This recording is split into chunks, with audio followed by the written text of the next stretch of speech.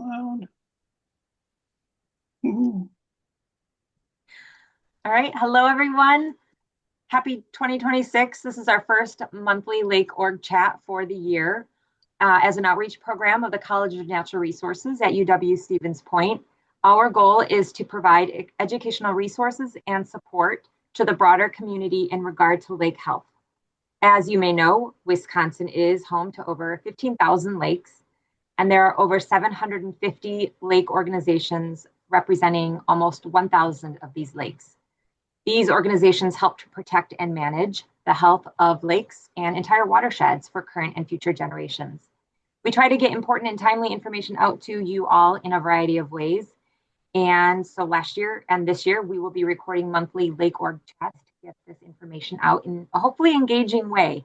Please let us know how we're doing by completing the feedback form linked on YouTube. And also let us know what other topics you'd be interested in hearing us chat about. Listed here on the slide are the past episodes from 2025, and those are all available on our YouTube channel. In this episode, we will be discussing what land trusts are and why organizations working to protect and restore lakes should be partnering with their land trusts.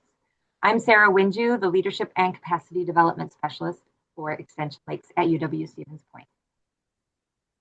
And I'm Eric Olson. I'm the director at Extension Lakes, and I also help facilitate these conversations each month. And I'm pleased to introduce this month's special guest, Carrie Kirschbaum. Carrie?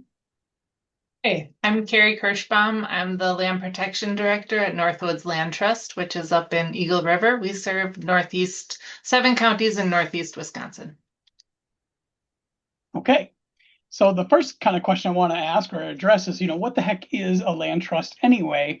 And a land trust is essentially like a lake association. It's a nonprofit organization, except where lake associations focus on lakes, land trusts focus on land, and they're focused on the very long term. We're going to use the term forever a couple of times here.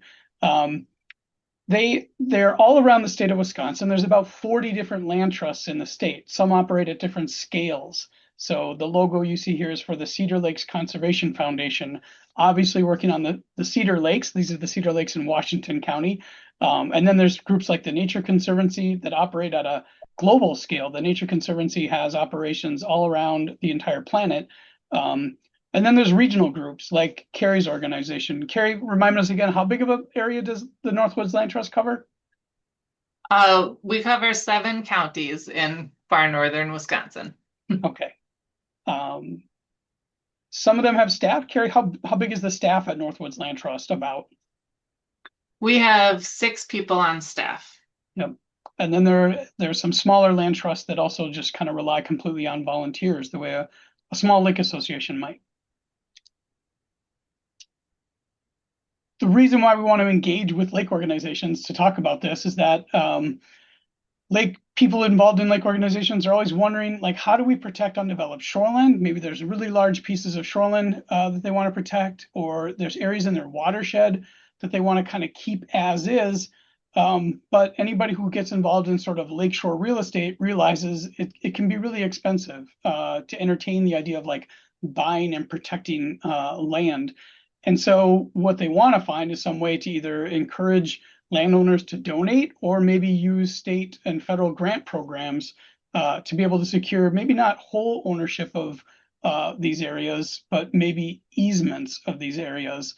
Some land trusts will operate both on watersheds and shoreland areas, and some are set up kind of specifically to focus on a different type of land. So Carrie, Northwoods Land Trust started out with a specific focus, didn't they, in northern Wisconsin?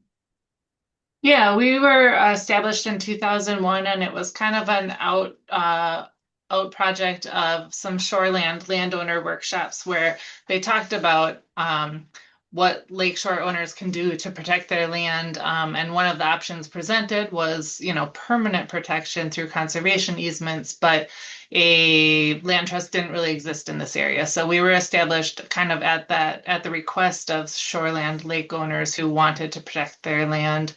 So we've always been very shoreland focused. We're in an area of the state that has a really high concentration of lakes, so that makes sense for us. We do work on off-water properties as well, but the vast majority of what we do is shoreland properties. Yeah. And I think if you move to like more developed parts of the state of Wisconsin, like the closer you get to Milwaukee or the Twin Cities, the development pressure is usually higher and people are focused not only on shoreline, but they look at that watershed and realize that kind of suburban development or land use change could be coming their way, and they're trying to get out ahead of it by using these conservation easements. I think it's helpful to think about how exactly does a land trust protect land, and it forces us, I think, to have a conversation about, well, what the heck does it mean to own land anyway? And this is a set of concepts that I took from planning classes as a grad student. We talked about ownership of land and being thought of as a bundle of sticks, that you have these different rights. And so the examples here are like, one of those rights might be to hunt on that land, a right to exclude others, to keep people off of your land, a right to grow things on it, build houses on it, subdivide it, or sell it. And a conservation easement is a way to separate out those rights to divide and develop the land, pull it out of that bundle of sticks, and essentially hand it to someone else, hand it over to the land trust, and not usually temporarily, but essentially hand it over to them forever, so that the remaining land just no longer has the ability to subdivide and develop it. That's why we often label these conservation easements. The term easement might get confused with things like utility easements or other sort of things that landowners might sell or give away to utility companies or to the highway, the county highway coming through. But conservation easements are usually specific to the ability to develop and or subdivide land into smaller pieces. And when I said earlier that sometimes lake groups want to say, well, we can't afford to just buy all this land, why would easements be less expensive? Well, because it's just one stick out of the bundle, it usually doesn't have the exact same kind of market value as the entire land itself. So the example here would be to say, if the whole piece of land was worth $1 million, you'd have an appraiser come out and say, okay, yes, we'd verify that based on comparable sales, this land really is worth $1 million. But if you took away that ability to subdivide and develop it, you diminish or lower the value of that land. By how much? That's kind of based on, again, comparable sales and an appraiser. But the appraisal might come back and say, you know, with the encumbrance of the easement, without the ability to subdivide and develop, now the property is only worth $750,000. And that means the cost to sort of prevent development was just a fraction of the $1 million total. So oftentimes we'll hear about federal grants or maybe like the stewardship fund grants in the state of Wisconsin that essentially allow state money or federal money to come into this mix to literally purchase these easements. But not all groups purchase easements, right? Northwoods Land Trust, for example, do you ever purchase easements from landowners? We actually don't. All of our conservation easements are donated to the land trust. Yeah, so basically the landowner is saying, I'm going to pull out these sticks, hand them to you, and I have no expectation of a donation in return. I just want someone else to hold on to it and make sure this land is protected forever. Besides easements, land trusts also can accept land donations. So if you don't want to separate out the sticks, you can just give the whole bundle to a nonprofit and say, for my legacy, I really want the land trust to own this land forever. And that also, both either the donation of an easement or the giving of land could represent an income tax deduction for the donor, because these are donations to bona fide nonprofits that are doing something for the public benefit. So they can usually deduct the value of that donation from their taxes. And sometimes you can even do that because it involves real estate over multiple years. Land donations, Carrie, does that happen commonly for Northwoods Land Trust as well? Just people saying, here, take the whole thing. It actually does. We own 35 properties outright, and the vast majority of those were donated to us. We actually recently had a property donated to us just at the end of 2025 that was 91 acres and almost a mile of shoreline on Manson Lake, just west of Rhinelander. And it's just this beautiful shoreland property that's kind of the only undeveloped property left on that lake.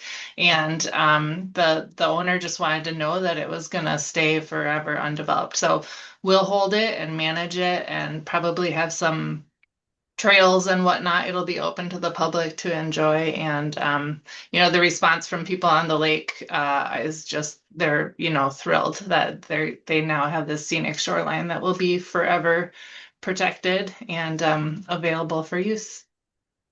And I'm thinking also of the parcel that was a couple of years ago, that's kind of right off of business or off of Highway 51 going up to Minocqua Woodruff, just to the east, right? There's a whole lot of land that's just to the west of Lake Tomahawk. And the third point here is that if you have trails on that land, if you want to say, hey, the public can come out and hike on this land, right? If you own the land outright as a land trust, it's easier for you to allow those things to happen. Correct. The land that we own and manage is almost all of it is open to the public. And we can do things like you said, like develop trails. Conservation easements, on the other hand, are still privately owned land, and those are not open to the public. So yeah, that's a pretty significant difference. Yep. Now, what we described seems almost simplistic. It's like, okay, pull the stick out of the bundle and transfer it to the land trust. But the idea of forever here is a very long time. And the question would become, well, is this real? Like, how are we going to honor this over a very long period of time?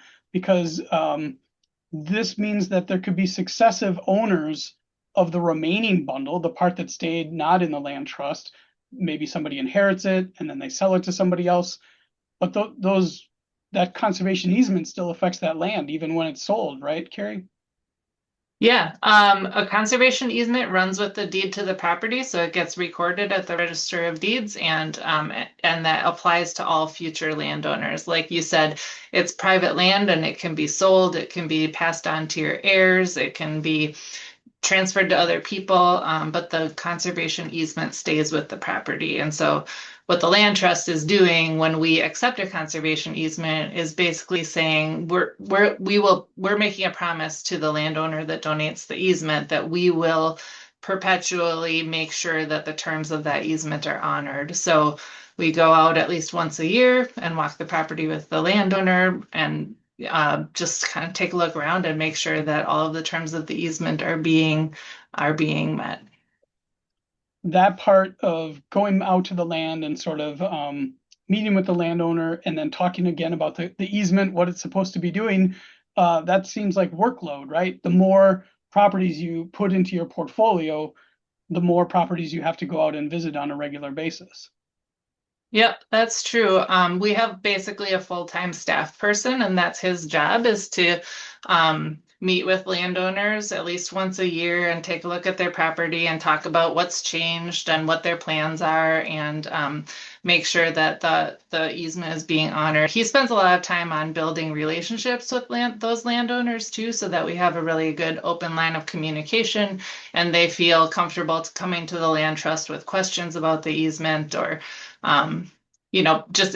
from our perspective, we think of it more as a relationship where we're partnered together with the landowner to ensure that the property is protected forever. But yes, it is a workload, and there's a cost to that. And so, yeah, we have to ensure that we will have staff into the future to do that work. And it seems like a trade-off. If you're operating, you said in a 7-county region, that means you're probably, even if someone was donated an easement, you probably aren't interested if they said, well, I have 75 feet of shoreline that's undeveloped. It's one undeveloped lot in a big subdivision. I'd like to donate that easement to the Northwoods Land Trust. What would your response be to those folks? That's true. So we do have to, there is a trade-off there in terms of the resources that it takes to monitor an easement and the resources being protected. And so we do have some minimum criteria that we apply when somebody comes to us with property that they're interested in protecting. For the Northwood Land Trust, we use 500 feet of undeveloped shoreline as kind of our minimum, or if it's off water, 40 acres of land. But we also consider it in the context of what's around it. Is it adjacent to other protected land, things like that? Does it, have some very special and unique habitat on it? That's our criteria because of where we're located. Every land trust is going to kind of do their own, analysis and have their own criteria. So I would suggest, if you're interested, to talk to your local land trust and find out kind of what their process and their criteria are. Yeah, and I mentioned before, there's a tax benefit possibly for the donor, whether they're donating the land or if they're donating the easement. For donating the land, it seems pretty easy. They've given up ownership of it. So whatever that land was worth, that's sort of the value that they gave to the land trust. When it's an easement, when it's just one of those pieces out of the bundle of rights, it's a little trickier. And the IRS wants to know, well, was that a real thing? Did they really make a donation? Because if you find out a couple years later that they just sort of nobody enforced the easement, everybody just blew it off, and the land was divided and developed anyway, the IRS would say, "Huh, that's kind of funny." Now, that has actually happened at land trusts all around the country, and it's a federal IRS deduction strategy. And my understanding is that the IRS and the land trust community have come to an agreement that most land trusts should be working towards something called accreditation, some sort of you meet these certain standards that demonstrate that you're really a bona fide nonprofit that is capable of enforcing these easements, right? Is Northwoods Land Trust an accredited land trust? We are. Yep. So that's a national accreditation through our national organization called the Land Trust Alliance. And essentially what that means is we've demonstrated and continue every 5 years to re-demonstrate that we have the fiscal resources, the governance rules, the policies, the processes, the record keeping, all of that stuff in place to basically ensure that we will be viable for the long term so that we can meet that promise of holding land and making sure easements are honored in perpetuity. Mm-hmm. Yeah. So I think it's almost like a good housekeeping stamp of approval. Someone says, look, they've gone through these different hoops, they've verified different things that prove that they're a bona fide nonprofit and that these are actual donations that should be reflected then in people's income taxes. So land trusts, like I said, they've been operating for decades in Wisconsin. If we think about just at the big picture, how much land is protected, this map is from the Gathering Waters, which is like the state version of the Land Trust Alliance. They're just focused on the Wisconsin Land Trust, and they summarize some of this data for people. So there's over 1,800 properties and over 500,000 acres are protected. All these dots representing those easements or maybe outright ownership. Carrie, what are your kind of your big stats? How much land has Northwoods managed to protect? Yeah. Well, we have protected over 15,700 acres of land. And what we really are very proud of is that represents 88 miles of natural shoreline that is now permanently protected through the land trust. And that's in about 104 conservation easements and 35 properties that we own and manage. So that's those pretty amazing accomplishments, 88 miles of undeveloped shoreline that'll stay that way forever, but it also stays, a lot of it still stays in private hands too. And so that part of that is that it stays on the tax roll to some degree. Those properties, even if the value has been diminished by the easement, there's still something there if it's privately held. Just like right now with my house, we're going to get a tax bill. So some people want to know about that as well. The private lands that have easements do stay on the tax roll as long as they're privately held by like a household or a corporation. I want to go back to the question of, why should lake organizations care? And I think what we're seeing, what you experience up north and certainly all across Wisconsin, shoreline property is a magnet for people. And if it's a magnet for people, it's a magnet for development. It's a magnet for people to think like, we should subdivide it or we need to subdivide it because the property values keep kind of going higher and higher as our population grows. And that shoreline property is just relatively finite. We're not making a whole lot of new shoreline in Wisconsin. And like I said earlier, that acreage in the watershed that protects your water quality long term, there's a lot of it out there, and there could be different development pressures on that acreage. Just looking at this one little map here of Cedar Lakes Conservation Foundation, they've managed to secure quite a good chunk of the watersheds around Big Cedar and Little Cedar Lake in Washington County, and some of the little lakes that feed into that system. Lake organizations also might be thinking like, oh, well, let's just go like Cedar Lakes and form our own land trust. I'm not sure if that's always a good idea because, Carrie, you can reflect on this. Just forming and operating a land trust is a pretty big operation, right? You need to raise money, you need to get donors to contribute to the land trust, and you have to be thinking about that forever aspect. Yeah, I think that's the important thing is that a land trust is one of the few organizations that operates in a forever type of time frame. And so really you have to be very diligent about all of that stuff, record keeping, governance, and the financial aspect of making sure that you have, the finances in place that you can make sure that you'll be here in 50 years or 100 years. There's a lot to it. So I think, in some cases it might make sense, but oftentimes what your best bet is going to be to partner with your local land trust. We're very happy to partner with other organizations to figure out what tools we have that we can work together to protect land on a lake or off a lake. And most likely, almost wherever you are in the state of Wisconsin, there's a possible land trust for you to collaborate with. We mentioned earlier the Gathering Waters organization. They have a webpage with a directory of all the different land trusts in Wisconsin with some contact information, usually a link right to their webpage. And we'll put that link on the YouTube video. So if you're watching this and you're thinking like, where's my land trust or who are these people? Go to the Gathering Waters webpage. And I want to bring up Gathering Waters one more time too, because they've helped develop this program called Land Trust Days to promote all around the state of Wisconsin, because everything we've been talking about seems kind of transactional. It's all about like tax benefit and protecting things forever.